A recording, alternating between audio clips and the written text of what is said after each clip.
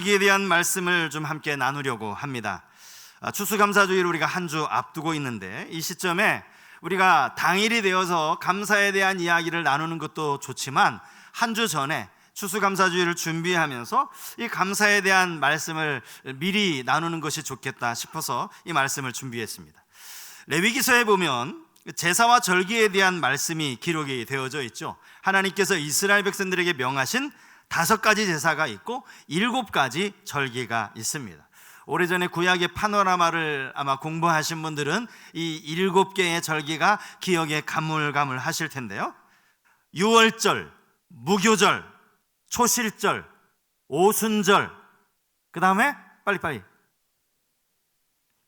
안 배우셨습니까? 나팔절, 대속죄일, 초막절, 이렇게 해서 총 7가지 절기를 이스라엘 백성들은 1년 동안 지키도록 그렇게 하나님이 명하셨습니다. 그리고 그 중에서 3개의 절기는 특별히 강조를 하셨죠. 자, 16절 말씀 보시겠습니다. 너희 가운데 모든 남자는 1년에 3번 곧 무교절과 칠칠절과 초막절에 내 하나님 여호와께서 택하신 곳에서 여호와를 배웁되 빈손으로 여호와를 배웁지 말고. 그래서 이 세 절기는 이스라엘의 아주 중요한 3대 절기로 그렇게 지금도 지켜지고 있습니다. 무교절은 유월절을 시작으로 해서 그 다음 날부터 일주일간을 지키는 절기가 이 무교절입니다. 이스라엘 백성들이 무교병을 먹었다라는 것이죠. 여러분, 이 내용을 아마 잘 알고 계실 거예요. 애굽에 하나님께서 무서운 10가지 재앙을 내리실 때 그 맨 마지막 재앙이 장자의 죽음의 재앙이었습니다. 애굽에 살고 있는 모든 초태생, 그것이 사람이든 가축이든 모든 초태생을 하나님이 다 멸하실 때 오직 문설주에 양의 피가 발려진 그 집을 넘어가셨어요. 이게 유월입니다. 유월절이죠. 그날 그 일이 있은 이후로 이스라엘 백성들이 급하게 이제 애굽을 빠져나오게 되는데, 이들이 이 누룩을 집어넣어서 발효시켜가지고 떡을 만들 시간적 여유가 없었어요. 그래서 누룩이 없는 채로 그냥 그 떡을 먹었던 것이죠. 이것이 바로 무교절의 유래입니다. 그리고 나서 이제 나머지 이 칠칠절이라든지 수장절은 이름이 비슷비슷한 이름이 다른 이름이 있어요. 근데 같은 절기예요. 여러분들이 좀 헷갈리시는 분들이 많으실 것 같은데요. 칠칠절, 오순절, 초실절, 맥추절, 이 4절기가 사실은 같은 절기입니다. 의미만 좀 달라서 이렇게 다를 뿐이지 같은 절기입니다. 초막절도 마찬가지예요. 장막절이라고 부르기도 하고 또 수장절이라고 부르기도 합니다. 오늘날 교회에서 행해지는 이 추수감사절이 바로 이 초막절, 수장절에 해당이 되는 것이죠. 이 세 절기가 갖는 공통점이 있는데요, 이것은 하나같이 농사와 관련이 되어 있다는 거예요. 이스라엘도 농사를 지었어요. 비가 많지 않은 나라에서 농사를 지었는데 그들이 주로 심는 것은 이제 보리와 밀이었습니다. 비가 많이 내리지 않으니까 어떻게 해야 됩니까? 아니, 농사 지을 때 사실은 비만큼 중요한 게 없는데, 그래서 이들에게 늘 가장 중요하게 여겨지는 것이 이른 비와 늦은 비였습니다. 이른 비는요, 가을 우기에 내리는 비입니다. 우리가 이른 비 하면 그 봄에 내리는 비인가 라고 생각하기 쉬운데 그렇지 않습니다. 이른 비는 가을에 내리는 비예요. 이때 이 이른 비를 통해서 이스라엘 백성들이 씨를 뿌리죠. 여름 내내 건기, 비가 오지 않고 날이 더워서 아주 지면이 딱딱하게 메말라 있어요. 굳어져 있습니다. 그래서 이른 비가 내리면 그 딱딱하게 굳어진 땅을 좀 더 부드럽게 하고 씨를 뿌리기에 적절하게 내리는 비가 이른 비입니다. 이른 비가 제때 내리지 않으면 이스라엘이 씨를 뿌릴 수도 없는 그런 상황이니까 이른 비가 참 중요하죠. 그런가 하면 늦은 비는 우리나라로 치면 대략 3, 4월경이라고 할 수 있는데, 우리는 봄비라고 말하는 그 비를 이때는 이스라엘은 늦은 비라고 이야기합니다. 이 시기야말로 이제 추수가 시작되는 때입니다. 이때 내리는 늦은 비의 역할, 그것은 이제 이 곡식이 더 알차게, 속이 꽉 차게 여물도록 하는 그런 역할을 가지고 있어요. 그러니까 늦은 비도 또 얼마나 중요합니까? 씨를 뿌려야 곡식을 맺고 또 늦은 비가 와야 이제 곡식이 잘 여물 수 있기 때문입니다. 그렇게 해서 이스라엘이 가장 먼저 거두는 곡식이 보리입니다. 보리. 보리를 거두고 그 다음에 밀을 거두는데 약 그 기간이 한 50일 정도 차이가 있어요. 먼저는 보리를 거두죠. 보리를 처음으로 거두는 때가 무교절이에요. 무교절. 그리고 그로부터 한 50일이 지나면 우리가 알고 있는 칠칠절이 되는데, 오순절이 되는데, 그때 이제 밀을 추수하기 시작합니다. 초실절은요, 밀의 첫 열매를 하나님 앞에 감사하며 드리는 절기라고 말할 수 있는 거죠. 세 개의 절기 모두가 다 농사와 연관이 되어져 있다라고 말씀을 드리는 이유가, 무교절은 보리의 첫 열매를, 그리고 칠칠절은 밀 이삭의 첫 열매는, 수장절은 우리가 잘 알듯이 모든 곡식, 모든 과일들을 다 추수하고 그것들을 저장한 다음에 감사하는 그러한 절기인 것입니다. 특히 수장절은요, 곡식만이 아니라 과일, 이 과실의 수확까지도 다 마무리하면서 지키는 절기라는 것을 우리가 13절 말씀을 통해서 알 수 있어요. 자, 13절 말씀 보십시오. 너희 타작마당과, 타작마당에는 곡식이 있는 것이죠. 포도주 틀, 포도를 따서 그걸 이제 포도주로 만드는 거예요. 이 포도주 틀의 소출을 거두어 들인 이후에 이래 동안 초막절을 지킬 것이다, 이렇게 말씀을 하고 있습니다. 세 개의 절기 모두가 두말할 필요 없이 하나님께 감사하는 절기이기도 합니다. 무교절을 왜 감사해야 합니까? 무교절을 통하여서, 유월절을 통하여서 이스라엘 백성들이 그 400년 애굽의 노예 생활에서 이제 풀려나서 자유를 얻게 되었기 때문이죠. 칠칠절은 밀 이삭의 첫 열매를 하나님이 주셨기 때문에 감사하는 것이고, 초막절은 가을에 이만큼 풍성한 열매와 곡식을 주신 하나님께 감사하는 그런 절기였다라는 겁니다. 저는 오늘 본문 말씀에서 우리가 이제 추수감사주의를 한 주 앞둔 시점에서 어떻게 우리가 이 추수감사주의를, 수장절을 준비해야 하는가, 성경에 나와 있는 이 수장절을 어떻게 준비하라 말씀하시는가, 이 부분을 몇 가지 생각을 해보려고 합니다. 첫 번째는요, 주신 열매에 대한 감사의 마음으로 준비해야 한다라는 거예요. 감사의 마음으로. 말씀드린 것처럼 수장절에는 곡식만 추수하는 것이 아니라 포도주의 수확까지 이루어졌다라고 말씀을 드렸죠. 그래서 이 모든 것을 거둬들인 후에 절기를 지키는 거예요. 오늘 우리로 치면 추석 명절과 연결이 되는 거예요. 추석 명절. 농경 시대를 살았을 때는 당연히 대부분의 사람들이 농사를 지었고, 그래서 추수를 하면 그것을 가지고 하나님께 감사의 절기를 지켰습니다. 시간이 지나면서 농사만 짓는 것이 아니라 사람들이 다른 일도 하게 되고 매일매일 월급을 받는 직장을 다니게 되었습니다. 그러면서 이제 이 추수감사절, 수장절이 한 해 동안의 삶을 돌아보면서 하나님께 감사하는 절기로 바뀌어졌습니다. 우리 농사 안 지으니까 수장절 필요 없어, 그게 아니에요. 한 해를 돌아보면서, 한 해 농사를 감사하듯이 올 한 해의 모든 삶을 돌아보면서 하나님이 베풀어 주신 것에 대해 감사하는 절기가 바로 이 수장절이라는 것입니다. 그러면 어떤 분 이런 말씀을 하실 수 있겠죠? 아이고, 올해 작년에 비하면 농사가 완전히 다 망쳐가지고 올해는 감사할 게 없어, 수확이 이렇게 줄었는데 무슨 감사를 합니까?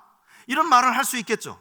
어떤 분은 직장을 다니는데 아이고, 올해 내가 실직도 했고 또 간신히 나중에 취업을 했고 그렇게 경제적으로 형편이 어려워졌으니 올해는 하나님 앞에 별로 특별히 감사할 게 없다라고 말입니다.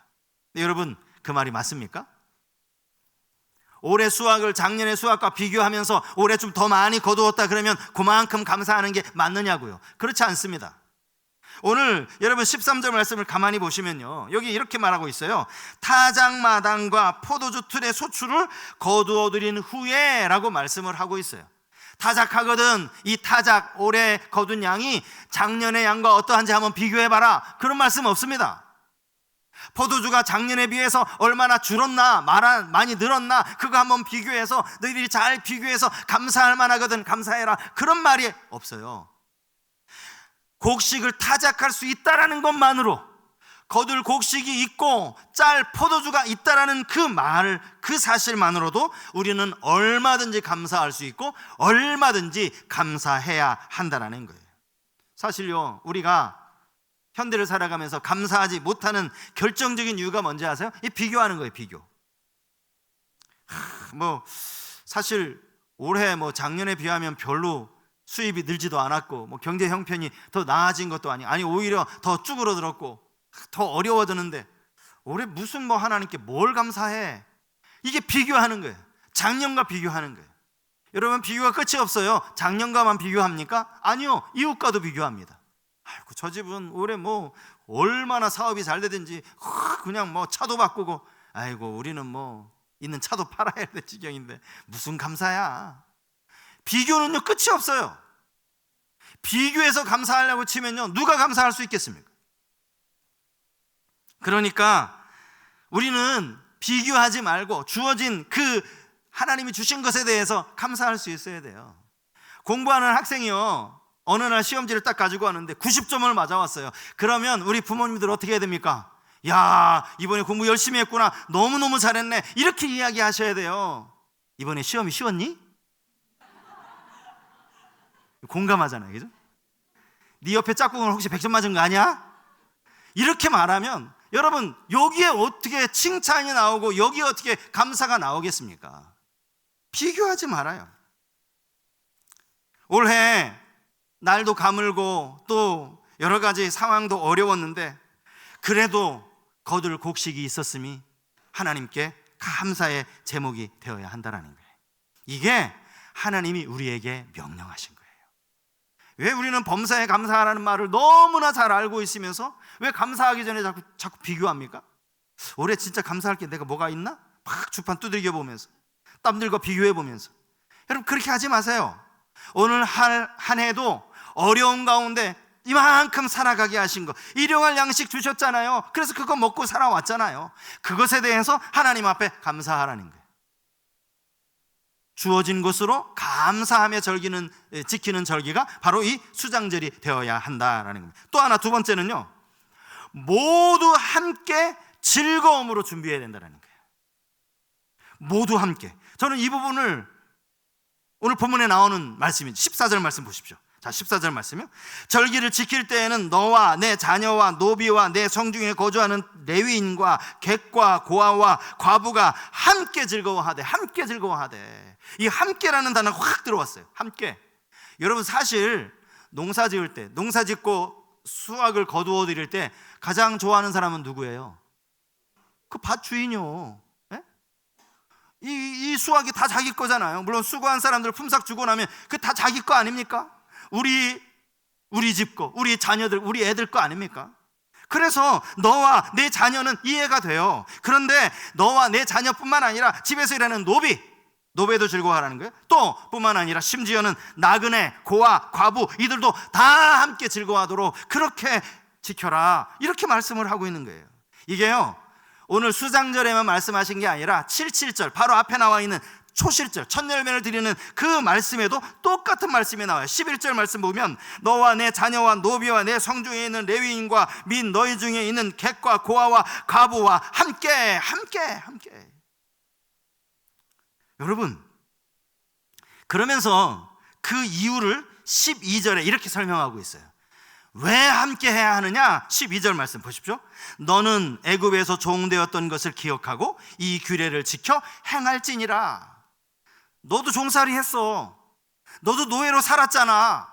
지금 저렇게 노예로 있고 종으로 있는 사람들, 이들도 기쁨에서 제외시키면 안 돼. 너도 노예 생활한 적 있잖아. 그 아픔을 알잖아. 그 어려움과 힘듦을 알잖아. 그렇게 얘기하는 거예요. 고통을 겪어본 사람이요, 고통받는 사람의 심정을 압니다. 그죠? 가난을 겪어본 사람이요, 뭐 그리 잘 살지도 않아요. 그런데 나보다 더 가난한 사람들 콩 한 쪽이라도 나눠주는 거예요. 가난을 경험한 사람이 그렇게 하는 거예요. 이게 딱 성경적인 원리죠. 너희들도 노예 생활을 한 적이 있으니까 지금 노예로 지내는 저 비천한 사람들을 돌봐주라는 거예요. 고아와 과부를 아무도 돌봐줄 수 없는 그런 사람들을 너희가 돌봐주라는 그런 말이에요. 아파본 사람이 아픈 사람들의 심정을 알아요. 제가 전에 교회에서 호스피스 사역을 했었는데 이 호스피스 부장님이요, 권사님인데 얼마나 씩씩하고 얼마나 열심히 사역을 하시는지 몰라요. 저는 그분이 대장암 환자라는 걸 꿈에도 몰랐어요. 나중에 그분이 이제 차를 마시며 이야기를 하는데 당신이 암 환자였다라는 이야기를 하더라고요. 당신이 암을 겪어봤으니까 암 환자가 지금 어떠한 심정인지를 너무나 잘 아는 거죠. 자신이 암을 겪었으니까 자기 가족들이 얼마나 자기 때문에 힘들었는지를 알고, 암을 투병하고 있는 그 주위의 가족들이 얼마나 아파하고 있는지를 아는 거예요. 그래서 찾아가는 거예요. 그래서 봉사하는 거예요. 아는 사람이 봉사하는 거예요. 함께.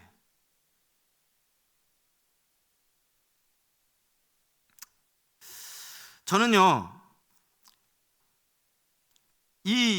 도대체 그러면 하나님이 말씀하시는 이 함께 즐거워하라 라는 이 말을 과연 이스라엘 백성들이 어떻게 실천했을까라는 걸 한번 생각을 해봤어요. 분명히 성경은 함께라고 이야기했는데, 그러면 이스라엘 백성들이 이걸 어떻게 함께 즐거워했을까요? 노비들에게 너도 즐거워해, 고아와 과부에 당신들도 즐거워하쇼.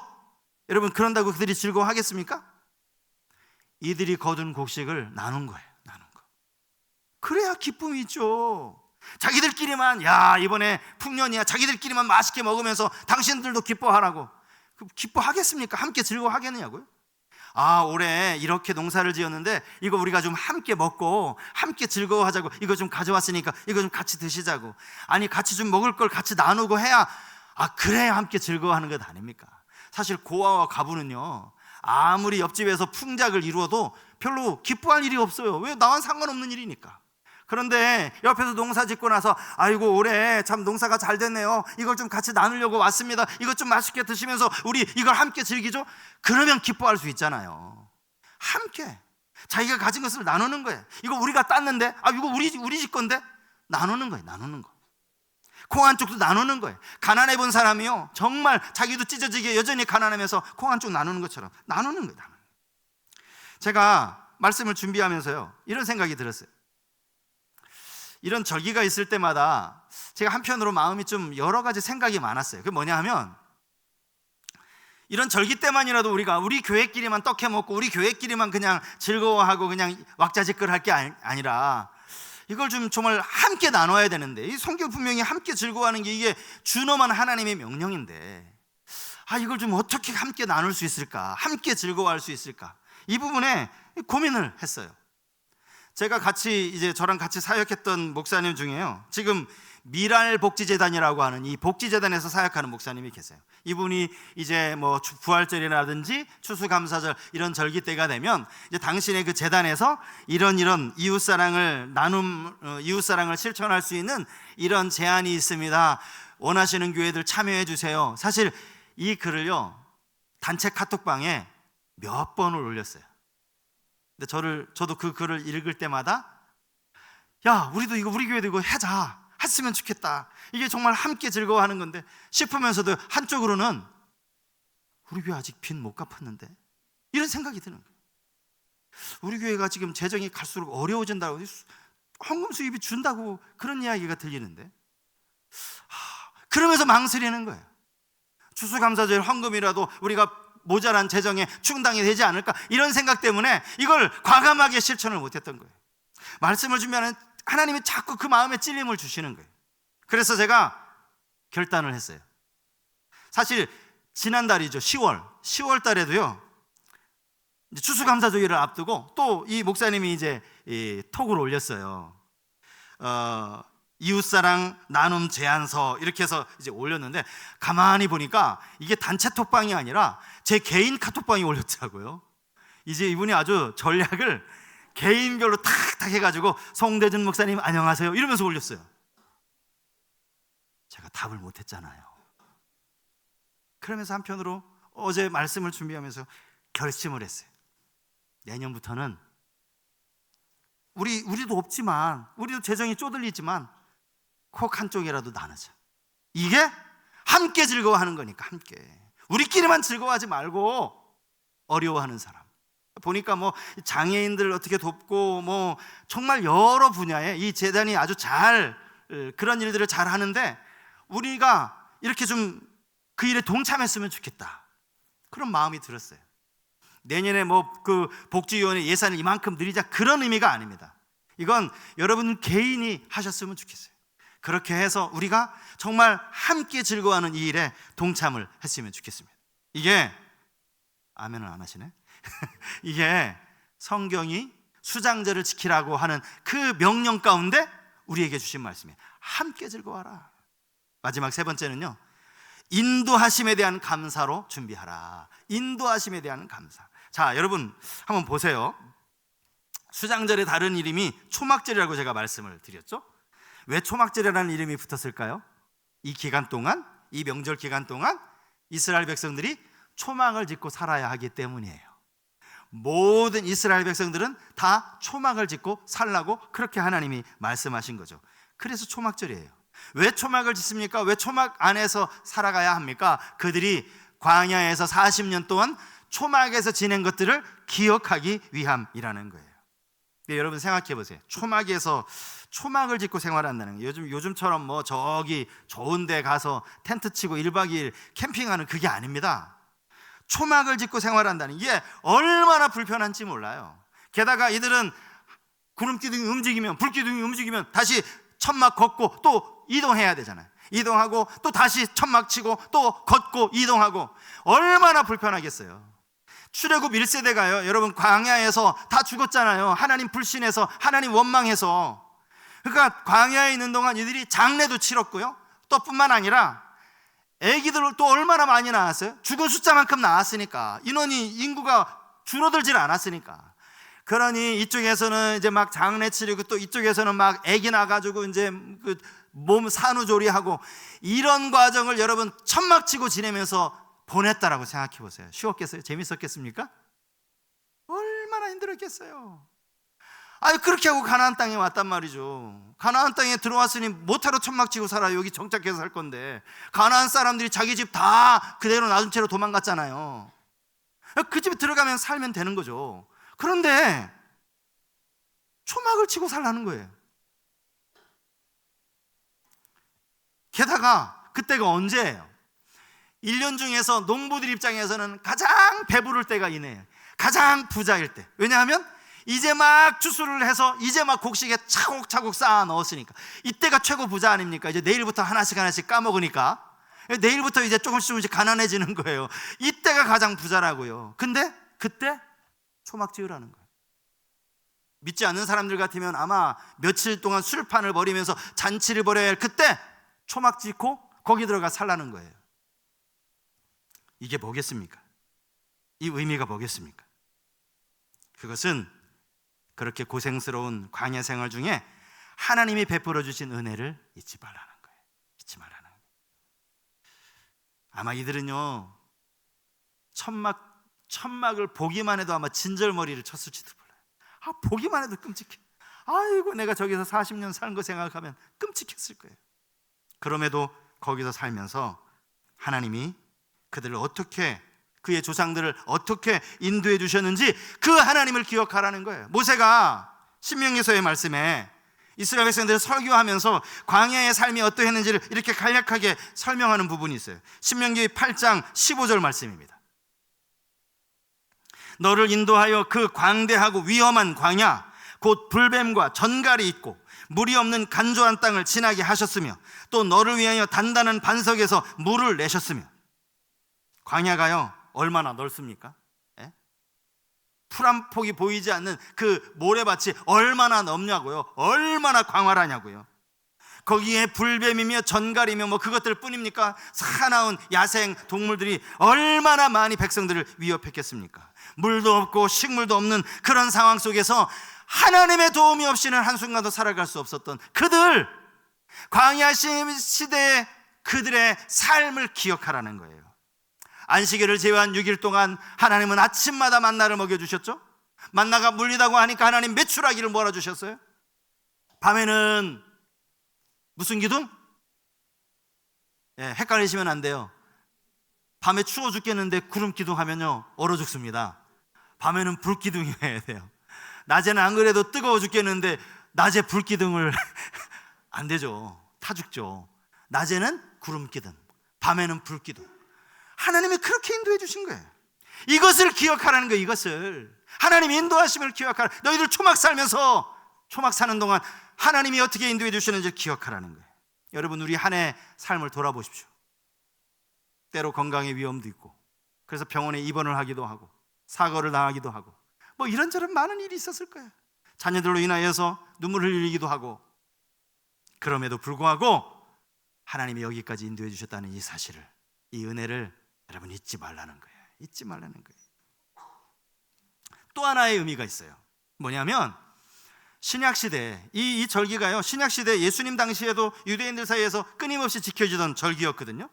이때 이 초막절이 되면 여전히 이스라엘 백성들은 예루살렘 근처에 가서 여기저기에 이제 길거리에 막 도로가에도 초막을 쳐놓고 그렇게 일주일을 보낸대요.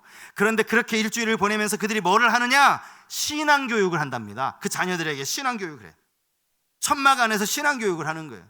아빠, 우리 왜 천막에 살아? 신앙교육을 하는 거예요.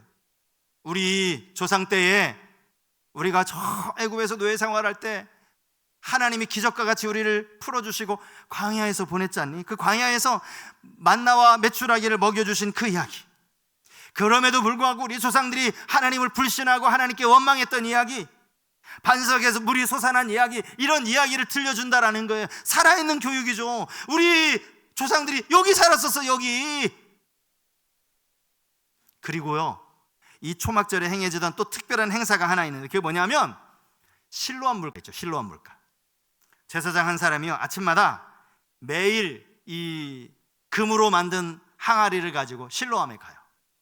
그래서 실로암에서 그 물을 떠다가 그것을 성전에 가져와서 제단 위에 그 물을 붓는 거예요. 그때 다른 제사장들은요, 이렇게 찬송을 불렀는데 그 찬송이 이사야 12장 3절에 나옵니다. 자, 이사야 12장 3절 말씀 한번 보십시오. 그러므로 너희가 기쁨으로 구원의 우물들에서 물을 기르리로다. 이렇게 이제 찬송을 부르는, 이게 하나의 예식이 반석에서 샘물을 내게 해주셨던 그 하나님의 은혜를 기념하는 하나의 예식이고, 또 더 나아가서 이때가 이제 추수 끝나면 또 이른비가 내려야 되거든요. 이른비. 하나님, 이 땅에 다시금 이른비를 내려주십시오 라는 그런 의미, 염원을 담은 그런 예식이었다라는 거예요. 그 초막절 마지막 날, 명절 끝날, 예수님이 아주 유명한 말씀 하나를 하셨어요. 그 말씀이 뭘까요? 자, 요한복음 7장 37절 38절 말씀, 우리 한번 다 같이 읽어보겠습니다. 요한복음 7장 37절 38절 같이 읽겠습니다. 명절 끝날 곧 큰 날에 예수께서 서서 외쳐 이르시되 누구든지 목마르거든 내게로 와서 마시라. 나를 믿는 자는 성경의 이름과 같이 그 배에서 생수의 강이 흘러나오리라 하시니. 명절 끝날이라는 말이 이때가 초막절 마지막 날이라는 그 말씀이에요. 주님이 초막절에 이 말씀을 하셨어요. 그 유명한 말씀이죠. 누구든지 목마르거든 내게로 와서 마시라. 그 말씀을 하신 거예요. 그런데 여기 생수의 강이 무엇인가? 요한은요, 그 뒤에 구절에 보면 이 생수의 강이 무엇인지를 설명을 하고 있어요. 이는 그를 믿는 자들이 받을 성령을 가리켜 말씀하신 것이라. 생수의 강은요, 성령이에요. 성령. 주님의 그 예언의 말씀대로 오순절 성령이 임하였고, 오늘 우리는 성령의 인도하심을 받으며 살아가고 있다라는 사실이죠. 말씀을 정리하겠습니다. 여러분, 수장절, 추수감사절을 우리가 어떻게 지켜야 한다고요? 한 해 동안 우리에게 주신 것들, 일용할 양식들, 모자랐지만 풍족하지 않았다 할지라도 우리에게 주신 것들에 대한 감사, 함께 감사. 나만 혼자 그냥 배두들기면서 먹지 말고 옆에 가난한 사람들과 함께 감사, 그리고 지금까지 지켜주신 하나님의 은혜에 대한 감사, 맨 마지막으로 우리와 함께 하시는 성령 하나님, 우리의 보혜사 되시는 그 성령 하나님의 인도하심에 감사, 이런 감사의 마음으로 추수감사주의를 준비하자는 거예요. 여러분, 한 주간 마음으로 이 수장절을 잘 준비하는 모든 성도님들 되실 수 있기를 바랍니다. 추수감사주일이래 또 오늘 그럼 떡 주는 거야? 이렇게 하지 마시고 한 주간 월요일부터 토요일까지 마음으로 감사하는 마음 가지고 이 추수감사주일을 준비하는 우리 모든 성도님 되실 수 있기를 주님 이름으로 축복합니다.